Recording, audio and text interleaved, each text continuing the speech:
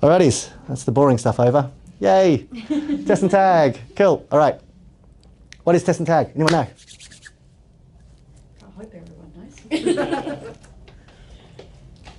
These are the awkward moments. This is the awkward moments. See, I can speed it up by just pressing this button here, and then you can just read it. Okay, just basically, yeah. True. Basically, we've got to make sure the equipment that's in a workspace is deemed safe. So no one's going to get electrocuted, there's no fires, no anything like that. So it's all part of OH&S and due diligence, and part of the OH&S regulations. In Queensland, actually, all states and territories have different levels of their testing and tagging requirements, as you guys are probably aware of, different levels of qualification and needs. Ultimately, we want everyone to be fully trained up to do testing and tagging to the full level, to be doing the job right. So that's test and tag. And it's all to the 3760 standards. The standard did change in 2010. It's supposed to change every 10 years. Not much changed, except for New Zealand, really. If you're running a test and tag business, like you guys in New Zealand, you've got to log your test results. In Australia, not yet. So a few other small changes here and there, but ultimately it's the same. Cool. How do we test and tag? Hey, look at that. I stole it from your website. Really bad quality, guys. Who's the IT guy? It's a picture of a picture. Okay. We do it to prevent accidents, ensure equipment's safe. So what I mentioned before, the whole testing and tagging, why we do it is just to make sure we meet the OHS regulations, we make sure the equipment used is safe. And I guess people these days like to, leave the responsibility to the business owner to make sure things are safe. Normally, if you pick up a drill and the wires are hanging out, you shouldn't be touching it. But if you're at work, of course you can pick it up. And that's why we test and tag, so people don't do stupid things like that. How do you test and tag? So, visual inspection. We all know that every piece of equipment, you've got to visually inspect it. Has any of your team actually done training, test and tag training? No? You haven't done yours? No. Okay, cool. Like visual inspection, everything, 90% of equipment that you actually test and tag fails on visual. 90%. That's basically almost everything you test. So any nicks, cuts, damaged cables, missing guards, anything like that, you literally just fail it. Don't even do electrical test. You've got to identify the construction class of the equipment.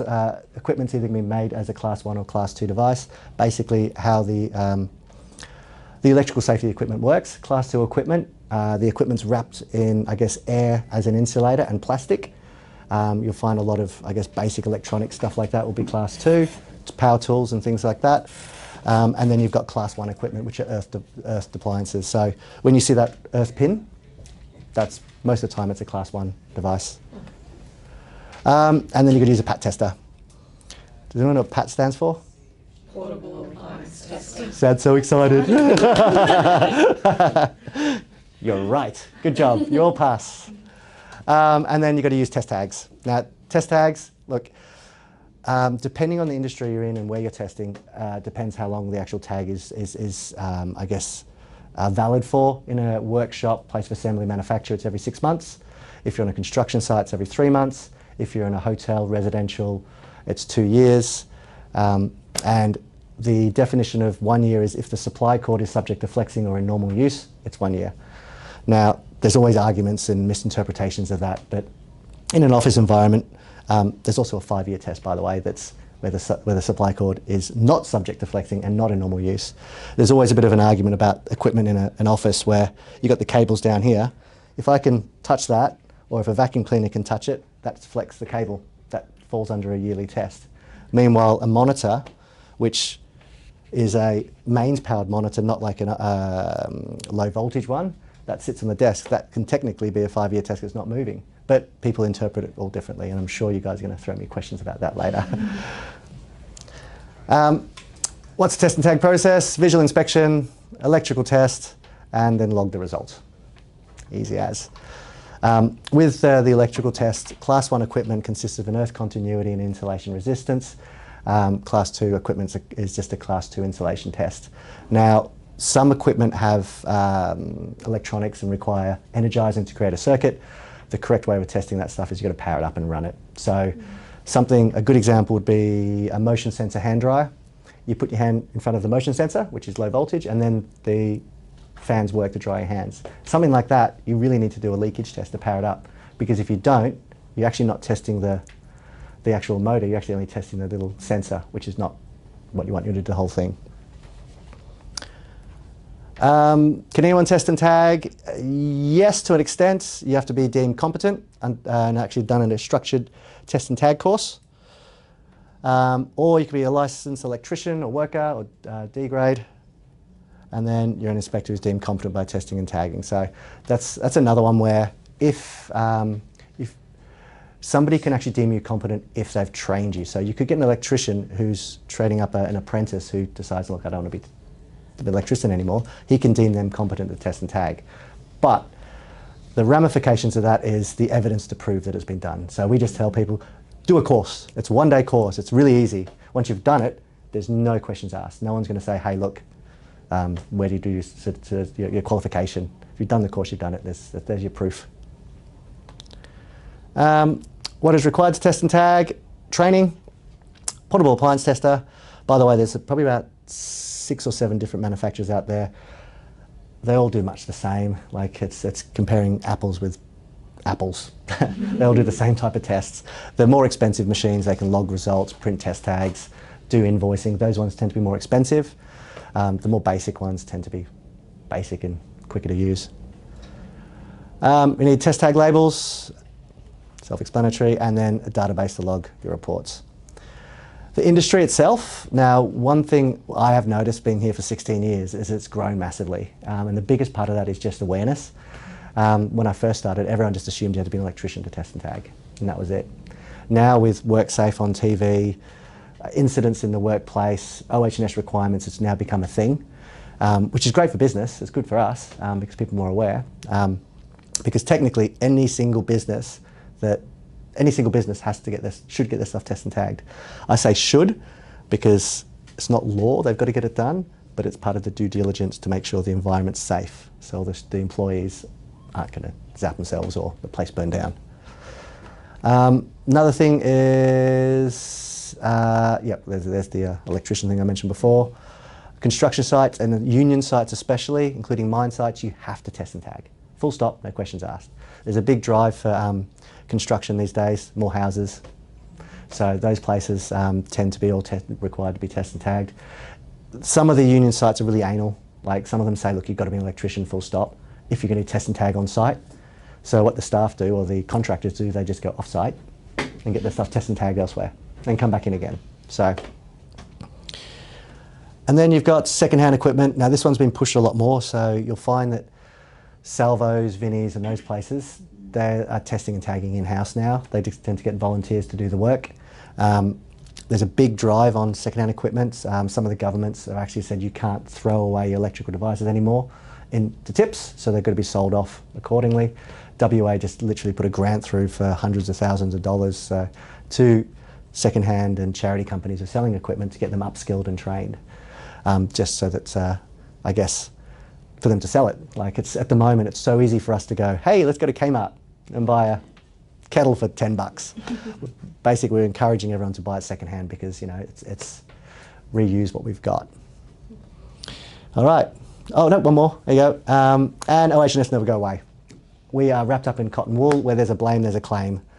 I can't see this industry going anywhere at all. One thing I have noticed though, over the space of these years, is that when there's been either the financial crisis, when COVID hit and things like that, when there's a tightening up, more people get into franchises, more people start doing testing and tagging as an additional add-on to their business. So it's right now, I can see it growing again because people are looking for extra money to be able to live now. Anyways, look at that, speed run. Ta-da! Question. Yes.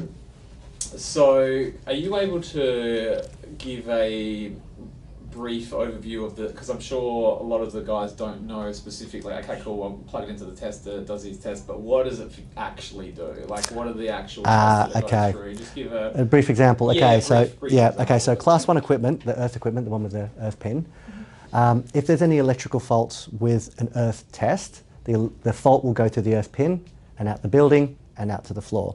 So an earth bond test is where it puts 200 milliamps of earth bond current into the device to see if there's any break in the connection. So for example, let's just say this is my copper wire for the earth. So if there's any frays in it, and if you put that test through the device, there'll be additional resistance because there's less contacts. And if there's less resistance, means there's more of a chance that electricity won't go out the earth of the building, it'll go out the person who's touching the equipment. So basically, what he's saying is a technical way of saying the first thing we're testing is to make sure that earth, that bottom wire, the green and gold one that comes out, is working correctly. Because if that's not working, you do become the earth. You're the earth. Yeah. So that's it. That's it. So then, okay, so that's the earth. That's the earth bond. Test. Then there's the insulation resistance test, where it blasts 500 volts DC. So not AC, like it comes out of the wall. Like when you're powering up your computer and things like that, that's powered by AC current. Well, laptops are DC, but anyways, it puts 500 volt DC through to basically see if there's any breakdown between the insulation within the device. So let's just say you've got your 3 lines of wires, your active and neutral and earth, and they're shrouded in I guess, a rubber. If you put 500 volts down there, that 500 volts has a chance to be able to not break through, but if there's any cracks, touch another wire there, and then you'll find out whether there's a breakage in the connections. So in a nutshell, the insulation resistance test is if there's a break, if there's a, let's just say there was a fault or a dead short in the insulation, the electricity will go through you and most likely trip the RCD afterwards, or should trip the RCD afterwards. So if that sends that through and it doesn't receive the same amount of voltage back again, then we know that there's a breakdown. So there's a breakdown somewhere. So that's the second test that does. That's right. So okay, and then the next one? Polarity test. Yeah. Polarity test is making sure you're testing from an extension lead. You've got an active on one end from the plug, it's active to the socket. It checks to make sure that they're connected. So it's the active, neutral and earth when it does a polarity test. So it's like a power board, for example. When you're doing a test, it's making sure that each one of the pins are lined up correctly. It's actually quite common to find building like this, where the socket's in the wall, that they're sometimes reverse polarity, which means... And what's the danger of that? Okay, a good example would be, just say we had a lighting circuit there. Don't film this because this is totally wrong. Cutting here. So here we go. So we got our light switch, our light there. There's our light. Ta-da! Like this, and then it goes out like that. So there's our switch. There's an on and off switch. So normally electricity would go up this way. You flick the switch, the light goes on, and then electricity goes out. But if it's a reverse polarity, electricity goes this way and misses the switch. So the light always stays on, which means the equipment's always active. It's always live. So that's the dangers of reverse polarity. Like I said, this is a very, very simple picture. And so like RCDs and things like that won't... No, RCD won't, they won't pick it up. So if you've got a kid in a school or whatever, and say you've had someone, a tech teacher, which I've seen, wire up an appliance incorrectly, and the polarity, the wires are around the wrong way, then they plug that into the wall. That RCD that's protecting that won't trip. Might not trip. Might not trip, Yeah, depending. and that kid could be electrocuted. So you get a tech teacher that thinks they know what they're doing, but they don't. They don't. Yeah. Yeah. There's a lot of, I guess, what's the word? I wouldn't say laziness, but people just, when they do it all the time, and they just get too used to doing it. And complacent. That's the word I'm looking for. Yeah, complacency. So, yeah. Okay, another question, frequently asked question that the guys will get, and you've answered it, but the version that they'll get all the time when I call up, do I have to get test and tag done? Yeah. And the answer to that is the law says, so basically you don't have to get your stuff test and tagged. However, it is your obligation and your due diligence to ensure that the workplace is safe. And being safe is anything from making sure the fire exits are clear, making sure that you're testing and tagging, making sure that what are the OH&S requirement within the actual facility and building it is. So another way to explain it is if there was to be the building burnt down because of an electrical fault, one of the requirements for a insurance company is to make sure, check the records. Was the equipment testing and was equipment test and tagged? Like if it wasn't test and tagged, there's a chance that because the equipment wasn't checked, that's why the place burnt down. It's just one more thing that should be done. It's not law to get test and tagged, but you're right up a creek if you don't get it done. And actually the business owner is fully liable for manslaughter for the whole lot if anyone gets injured or... And we've had those calls before, Yeah. when there's been an incident or whatever. Or we've had actually like WorkSafe come out, do an audit on the site and basically say your test and tag isn't done, you need to go get it done, even though technically... Yeah. Yeah. Yeah, there's more of that now, so... Yeah. Anyone else? I got one. Yeah. One question we get a lot about construction, mining and demolition is like grace periods and how that all works, because I think there's just some miscommunication or grey area with There is. the guys. Yeah. Yeah. A lot of them think that like it has to be done the day that the tags change. Some people seem to think it's 2 weeks afterwards that you've got a grace period. It's actually 2 weeks before and 2 weeks after. Beautiful. It's actually 2 weeks. And that's because it's almost impossible to get everything Yeah, done exactly. in a single day.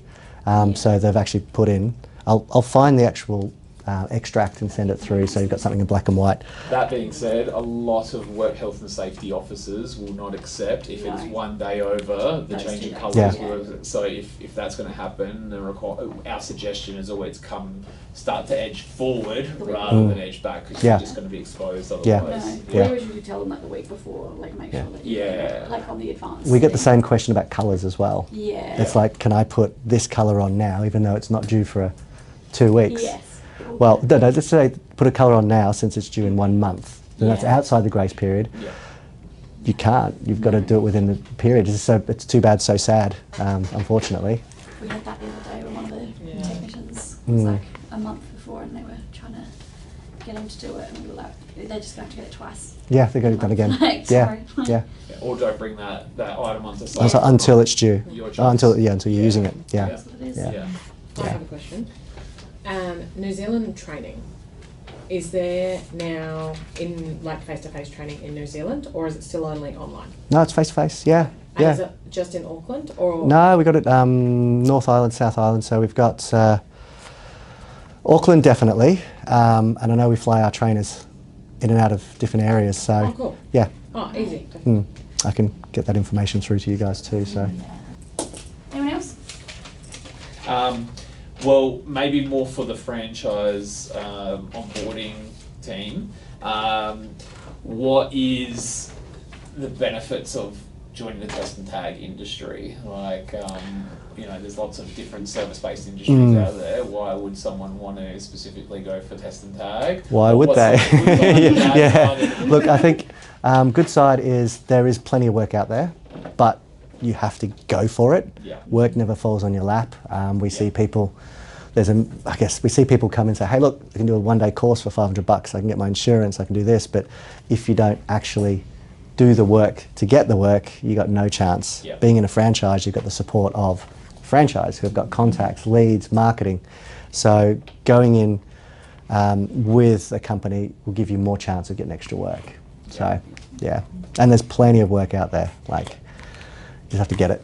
The clients are very sticky. That's what I find. Yes. So Yeah. which is a great thing once you've got it, but when you don't have it and you're trying to crack into it, Trying to crack into it's always difficult. it's Yeah. difficult. Yeah. Yeah. But once you're in, you're in. Yeah. Yeah. Yeah. Absolutely. Yeah. Beautiful. Hopefully everyone got something out of that. I know I did. So, yeah. Cool. Beautiful. No, thanks, guys. Right, now we'll hit you up for a podcast. Hey. Ask you all the same questions.